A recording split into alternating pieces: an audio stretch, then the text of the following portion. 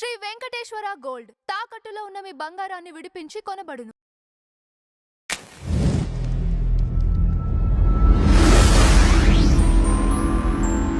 Sir నమస్తే. నమస్తే. Sir social మీడియాలో అల్లు అర్జున్ వర్సెస్ చిరంజీవి అనే అభిమానుల మధ్య వార్ మళ్ళీ స్టార్ట్ అయింది. ఏ విషయం పైన అసలు ఈ వార్ స్టార్ట్ అయింది? ఎందువల్ల ప్రతిసారి కంపారిజన్ వస్తుంది? అలాగే ఫిలింఫేర్ అవార్డుల్లో కూడా అల్లు అర్జున్ గారికి చిరంజీవి గారికి మధ్య కంపారిజన్ చేస్తూ సోషల్ మీడియాలో పోస్టులు రావడం జరుగుతోంది.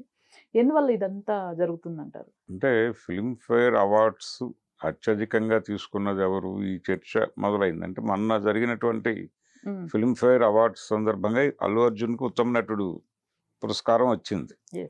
ఇప్పుడు వీళ్ళు ఆయన ఇతర ఏరియాల్లో తీసుకున్నటువంటి ట్రోఫీలు కూడా ఉన్నాయి. క్రిటిక్స్ అవార్డు తీసుకున్నాడు ఆయన, ఇంకొకసారి ఇంకొక అవార్డు తీసుకున్నాడు, సపోర్టివ్ క్యారెక్టర్ కోసం ఒక అవార్డు తీసుకున్నాడు ఆయన. ఇవి కూడా లెక్కేసి 7 సార్లు ఆయన ఫిల్మ్ఫేర్ పురస్కారం తీసుకున్నారు. కాబట్టి చిరంజీవి గారు 7 సార్లు తీసుకున్నాడు. ఈ 7 సరిపోయిన అనే ఒక ఆర్గ్యుమెంట్ను ముందుకు తీసుకొచ్చారు. అల్లు అర్జున్ అభిమానుల నుంచి జరిగినటువంటి ఒక జనరల్గానే అభిమానులు అన్న తర్వాత ఒక క్యాల్కులేషను, ఒక లెక్కతో తమ హీరో గొప్పతనాన్ని చెప్పుకునే ప్రయత్నం జరుగుతుంది. ఎప్పుడైతే అంటే సమన్ చేసేట్టు చిరంజీవి సాధించినటువంటి ఫిల్మ్ఫేర్ అవార్డుల్ని బన్నీ సమన్ చేశాడు అని చెప్పడం, ఇది ఆ అభిమానుల్ని గాయపరిచింది. మెగా అభిమానులు అంటే ఈయన కూడా మెగా హీరో ఆ కాంపౌండ్లో లేడు ఇప్పుడు.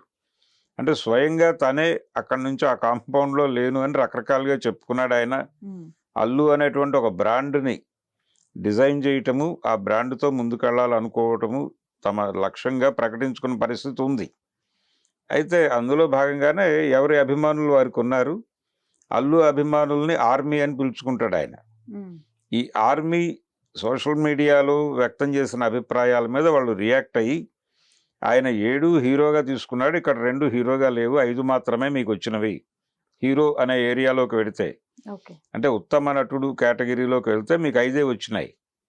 కాబట్టి ఇంకొక 2 సాధించాల్సి ఉంది. అలాగే మహేష్ బాబుతో సమం అయ్యారు మీరు, కాబట్టి దాని గురించి మాట్లాడండి అనే పద్ధతిలో వాళ్ళ వైపు నుంచి రియాక్షన్ మొదలైంది. ఇది ఒక ఘర్షణగా తీసుకోవాలా లేదా అనేది వేరే గొడవ. కానీ ఒక కంపారిజన్ వస్తుంది అభిమానుల మధ్య. కంపారిజన్ ఇది కాదు ఇది తప్పు అనేటువంటి చర్చ జరుగుతుంది. ఇప్పుడు మోసగాళ్ళకు మోసగాడు అనే సినిమా ద్వారా కృష్ణ గారు భారతదేశంలో మొదటి కౌబాయ్ సినిమా చేసిన హీరో అని చెప్పి చాలామంది అలవోకగా మాట్లాడేస్తూ ఉంటారు. కానీ అదే టైంలో దానికంటే కొంచెం ముందుగా రిలీజ్ అయినటువంటి ఇంకో తెలుగు సినిమా ఉంది, దెబ్బకుట దొంగల ముఠా అనేది శోభన్ బాబు గారి సినిమా. డిఎల్ నారాయణ గారు తీశాడు, సుబ్రహ్మణ్యం అనేటువంటి డైరెక్టర్ గారు డైరెక్ట్ చేశాడు ఆ సినిమాని. అది కౌబాయ్ సినిమానే, కాకపోతే లో ప్రొఫైల్లో నడుస్తుంది అది. దానిలో కొంచెం జానపద ఛాయలు కూడా కనిపిస్తాయి. రంగారావు గారు వీళ్ళందరూ యాక్ట్ చేశారు ఆ సినిమాలో. కాబట్టి అది మొదటి కౌబాయ్ అనాలి. శోభన్ బాబే మొదటి కౌబాయ్ హీరో అని ఇప్పటికీ శోభన్ బాబు అభిమానులు ఘర్షణకు దిగుతారు. అంటే కృష్ణ గారి అభిమానులు ఎప్పుడైనా సరే, లేదు కృష్ణ గారి గురించి మాట్లాడేటప్పుడు ఎవరైనా, ఏ విమర్శకుడైనా లేకపోతే ఏ విశ్లేషకుడైనా మొదటి కౌబాయ్ మోసగాళ్ళకు మోసగాడు అనగానే వీళ్ళు ఘర్షణకు వస్తారు. వచ్చి మా దెబ్బకుట దొంగల ముఠా అనేది కదా మొదటి కౌబాయ్, మొదటి రిలీజ్ అయింది అంటే 1-2 నెలల గ్యాప్ ఉంది అంతే 2 సినిమాలకి. అయితే ఇది చాలా హై బడ్జెట్తో చేసిన సినిమా కాబట్టి దీనికి కొంత టైం పట్టింది. అది ఈజీగా చేసేసారు, అందుకని కొంచెం ముందు రిలీజ్ అయింది అది. ఈ తేడాని వీళ్ళు మాట్లాడతారు కృష్ణ గారి అభిమానులు కూడా. బిగ్ సక్సెస్ సినిమా ఇది, ఇది ఒక ముద్ర వేసింది, అది వేయలేదు. ఈ కంపారిజన్ కూడా పట్టుకొస్తారు వీళ్ళు. ఇవన్నీ కాదు, డేటే ముఖ్యం అంటారు వాళ్ళు. ఈ ఘర్షణ ఇప్పటికీ జరుగుతోంది. ఇప్పటికీ సోషల్ మీడియాలో కృష్ణ శోభన్ బాబు అభిమానుల మధ్య ఆ ఘర్షణ ఉంది.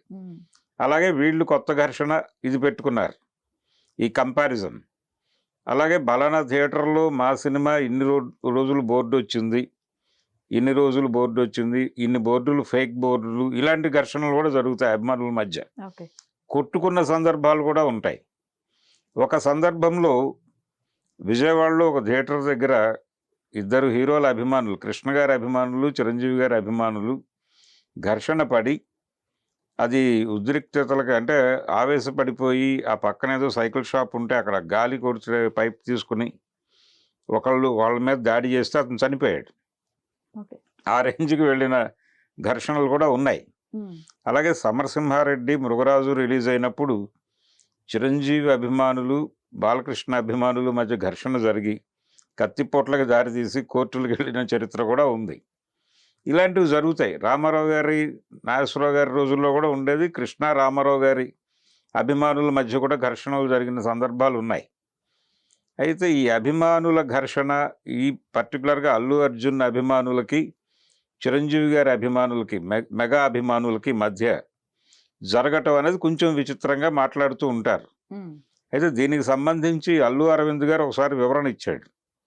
ఆయన ఏమంటాడంటే, ఇది క్రియేటివ్ ఫీల్డ్, మా అబ్బాయి హీరో, అలాగే అటువైపు చిరంజీవి గారు హీరోనే, పవన్ కళ్యాణ్ హీరోనే, అలాగే రామ్ చరణ్ కూడా హీరోనే, అలాగే చిరంజీవి గారి మేనల్లుళ్ళు కూడా హీరోలుగానే ఉన్నారు. వీళ్ళందరూ ఒకే ఏరియాలో ఉన్నారు, హీరోలుగా ఉన్నారు. కాబట్టి హీరోలుగా ఉన్నప్పుడు వాళ్ళ మధ్య వృత్తిపరమైనటువంటి స్పర్ధ ఉంటుంది. ఈ వృత్తిపరమైన స్పర్ధతో పాటు వాళ్ళ అభిమానుల మధ్య ఘర్షణలు కూడా ఉంటాయి అనివార్యంగా. వాటిని ఇంకోలా చూడకండి. ఆ పరిస్థితి అరవింద్కి, చిరంజీవి గారికి ఎందుకు లేదు అంటే, ఈయన ప్రొడక్షన్ లైన్లో ఉన్నాడు, ఈయన హీరోగా లేడు. ఆయన హీరోగా ఉన్నాడు చిరంజీవి గారు. ఆయన నటనా రంగంలో ఉన్నాడు, ఈయనేమో ప్రొడక్షన్లో ఉన్నాడు. కాబట్టి వీళ్ళిద్దరూ సమన్వయంతో ముందుకెళ్ళారు కెరియర్ ప్రారంభం నుంచి. వెడుతున్న సమయంలో, అంటే చిరంజీవి గారి మొదటి సినిమా రిలీజ్ అయ్యే నాటికే ఈయన పెద్ద నిర్మాత అరవింద్ గారు. అప్పటికే ఆయనకి తంగపతకం సినిమా రిలీజ్ అయ్యి పెద్ద హిట్ ఇచ్చింది. దాని తర్వాత ఆయన దాసరి గారి డైరెక్షన్లో బంట్రోతు భార్య, దేవుడే దిగివస్తే లాంటి సద్దినోత్సవ చిత్రాలు చూసున్నాడు. ఇలా ఒక సక్సెస్ఫుల్ ట్రావెల్లో ఉన్నాడు ఆయన ప్రొడ్యూసర్గా. ఆ టైంలో చిరంజీవి గారు ఇండస్ట్రీకి వచ్చాడు 78లో. వచ్చిన తర్వాత 80లో వీళ్ళ పెళ్ళయింది. అంటే మనూరు పాండవుల తర్వాత పెళ్ళయింది. అయిన తర్వాత అక్కడి నుంచి చిరంజీవి కెరియర్ని ఎలా డిజైన్ చేయాలంటే, చిరంజీవిలో ఉన్న మెరిట్స్ని ఇండస్ట్రీకి పరిచయం చేయటం అనే దాని మీద తన నిర్మాణ సంస్థని పణంగా పెట్టి సినిమాలు తీసిన పరిస్థితి ఉంది అరవింద్ గారికి.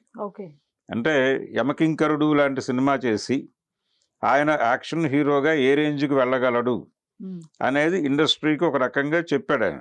అది ఒక పాస్పోర్ట్ సినిమానే.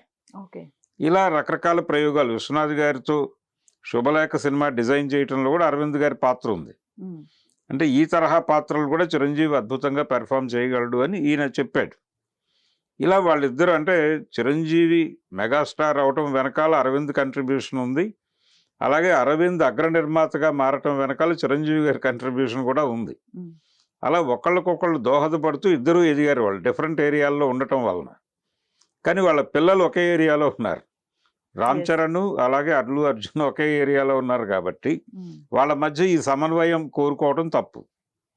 అది ఆయనే చెప్పాడు స్వయంగా, అరవింద్ గారే చెప్పి, వాళ్ళు ఒకే ఏరియాలో ఉన్నారు కాబట్టి వాళ్ళ మధ్య స్పర్ధ అనివార్యంగా ఉండి తీరుతుంది, ముందు దాన్ని అర్థం చేసుకోండి, ఆ తర్వాత అభిమానుల మధ్య కూడా ఈ ఘర్షణ మొదలవుతుంది. ఇది కూడా మనకు మొదటి నుంచి ఉన్న ట్రెడిషనే, కొత్తగా చర్చిస్తున్న గొడవ కాదు అది.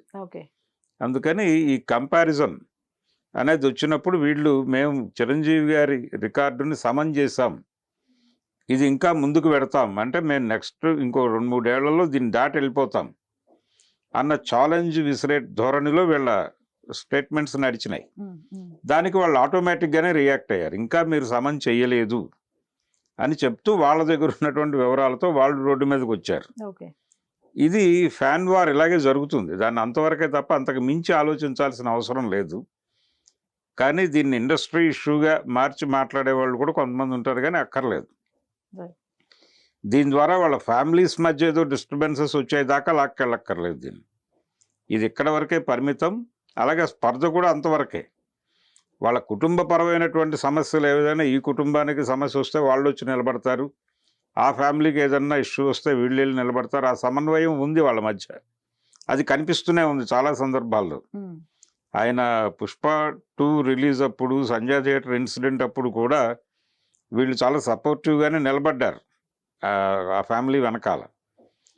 ఈయన వాళ్ళ ఇంటికి వెళ్ళి చిరంజీవి గారితో మాట్లాడి వచ్చాడు అల్లు అర్జున్. ఈ రిలేషన్స్ ఉన్నాయి వాళ్ళ మధ్య. అదేదో ఇది కుటుంబాల దాకా తీసుకెళ్ళి మాట్లాడుకోవాల్సిన అవసరం లేదు. నటులకి అభిమానులకి మధ్య ఉండే సహజమైన స్పర్ధలో భాగంగానే ఈ ఫిల్మ్ఫేర్ రికార్డులు అంటే ఫిల్మ్ఫేర్ అవార్డుల కౌంటు, ఆ కౌంటుకు సంబంధించినటువంటి చర్చ, అంతకు మించి మరేం కాదు ఇది. Right sir, thank you so much. Thank you.